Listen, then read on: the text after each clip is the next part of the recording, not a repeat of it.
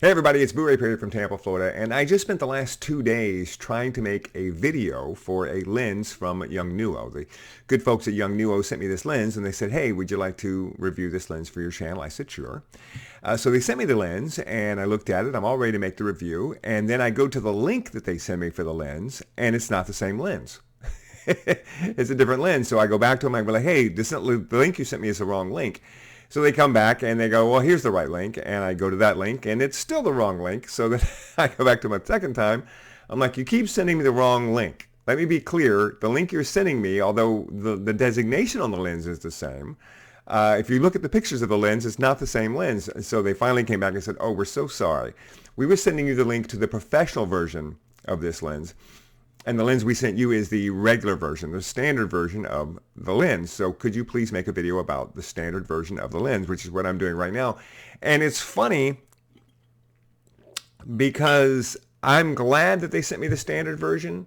You would think that I would want the pro version, but no, the standard version of this lens is actually the one that I find the most interesting. The standard version of this lens, this is the Yongnuo YN50mm 1.8X DA DSM.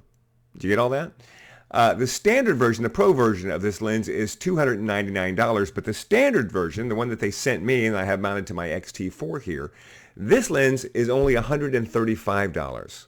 And this is the lens that I find to be very, very interesting. So let's be clear, I already have this lens. This is a Viltrox lens. It's a 1.4 lens, and this one also costs $299. I did a review on my channel about this lens.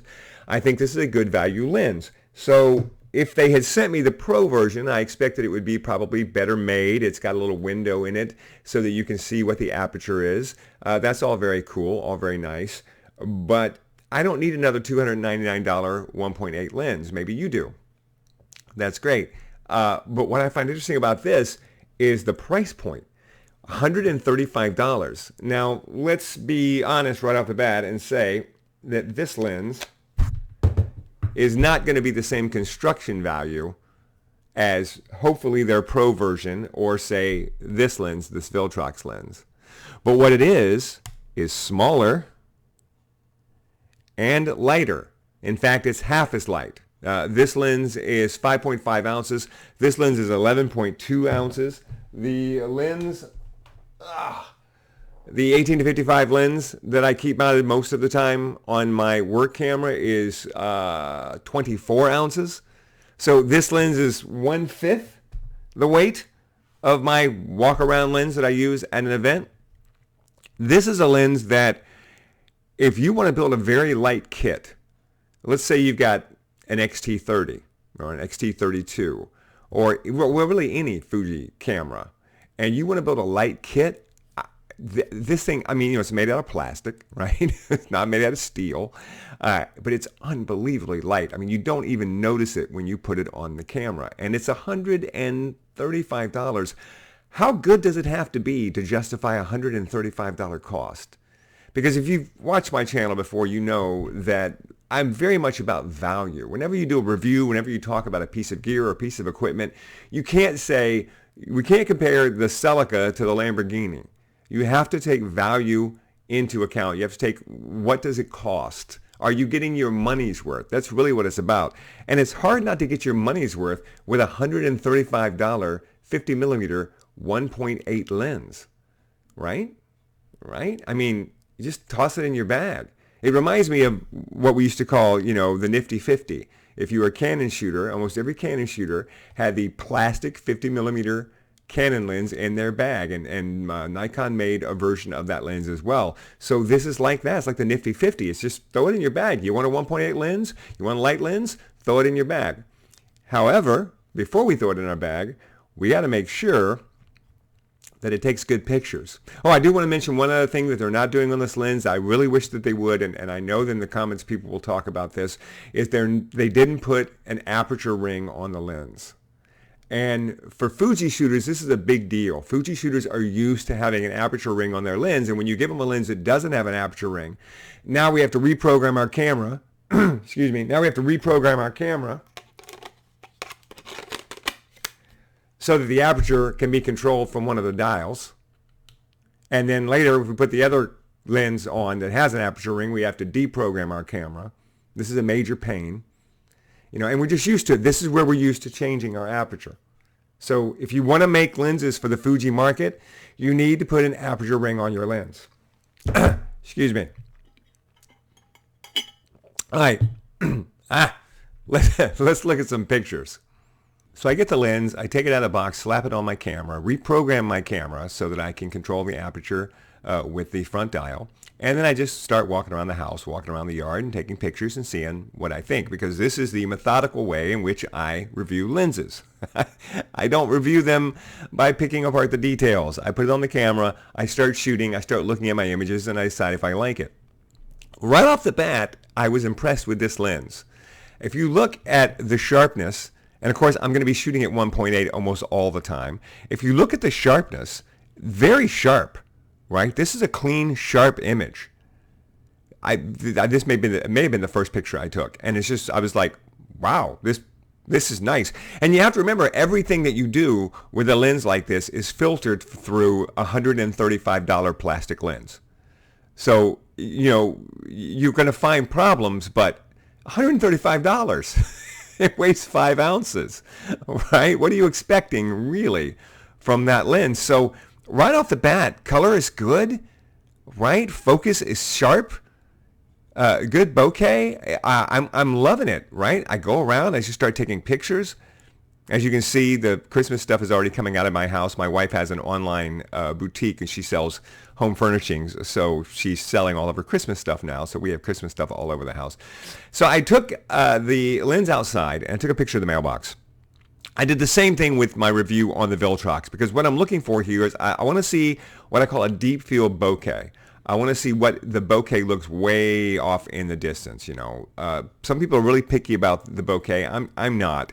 It's fine. I think it's good. I don't have a problem with the bokeh. But what I'm really looking for is purple fringing. And we've got purple fringing in this picture, right? This is shot at 1.8, and if you look, you can see in the edges here around the 2, see the purple line right here? This is purple fringing, and it's the most common thing that happens when you use a lens that is really, really wide. You get purple fringing. It's very hard to get rid of it, and typically if you want to have no purple fringing, you're going to have to pay a lot of money for your lens. You're certainly going to get purple fringing in a $135 lens, and not only is it evident at 1.8, but even if you go up to 2.8, I think you can still see some fringing. Let me see here. Yeah, a little bit of fringing, not too much at 2.8, much worse at 2. So here's 2.8 and here's 2, and you can really see 2.8 is out of focus. Give me one that's not out of focus.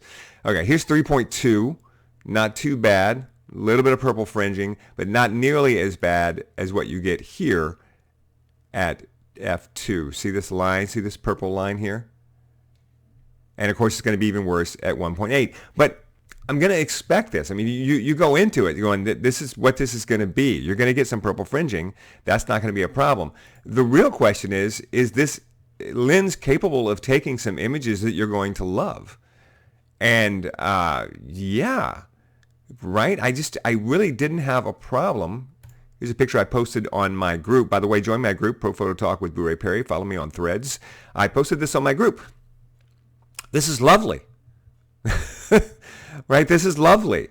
I had to do a little work to it. Let me show you the work I did just so you can see. Is this the... No, this is straight out of camera. I thought I did some work to it. I guess I didn't. There's like a little you could add a little contrast. I probably did before I posted it online, but it doesn't look like I did anything to this image here. Maybe I corrected the levels. Yeah, I did. So here it is without the levels being corrected. So this is the image straight out of camera, and then if you correct the levels, there you go. But this, yeah, this is delightful. It's plenty sharp enough. It's good color rendition. You want to correct the levels. You want to do that on every picture that you take. No problems at all with what I'm getting out of this lens for the price that I am paying for this lens. Now, to be completely honest, I'm not the most discerning person when it comes to lenses on cameras. There are people who honestly will see things that I don't necessarily see. I'm more of a generalist when it comes to reviewing lenses. You know, is it good enough for the money to give me what I want? I just love this. I love this color. I love the sharpness here in these leaves. This is 100%. Yeah, just not having a problem with this lens at all.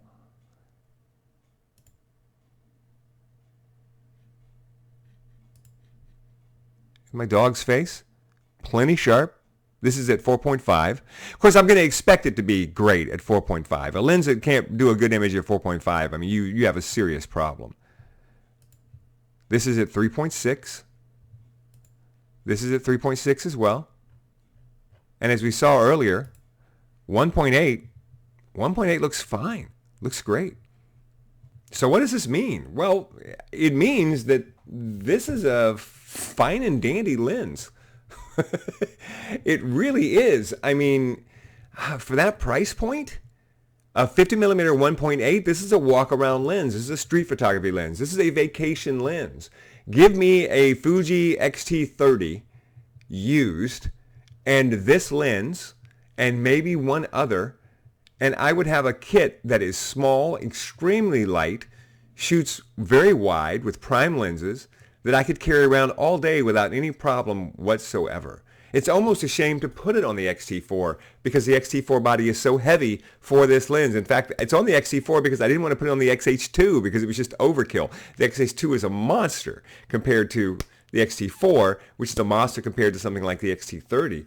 But I love this lens for the XE4, for example. Another one, put it on like the XE4. If you've got an XE4 or an XT30, this is a great lens. Or really on an XT4 or an XT5 as well. It's a lens that would just serve a purpose in your kit, and it would only be $135. So really, what have you got to lose?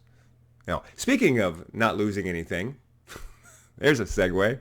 Don't forget to check out my website and check out the free ebooks that I have available on my website. They're absolutely free and you can download them from my website. Just go there and check that out. Also, everything else that I offer there, including a fantastic ebook on natural light photography. If you want to be a photographer, if you want to learn more about being a good photographer, it all starts with natural light. So be sure and check out that ebook. Also, you can actually come to me for direct one-on-one Zoom consultations. I will teach you everything you want to know one-on-one over Zoom every single week, and it's the fastest way to become a better photographer. Be sure and check out all my gear, which is listed online. You can go to my website. Once again, all the gear that I carry, both professional and personal, is all listed there. And if you click on one of those things and you end up buying something, I get a couple of dollars, and it helps me to keep this channel alive. Follow me on Facebook. Follow me on Instagram. Follow me on Threads, and throw me a like and throw me a subscribe. Whew. Thanks so much for watching. See you next time.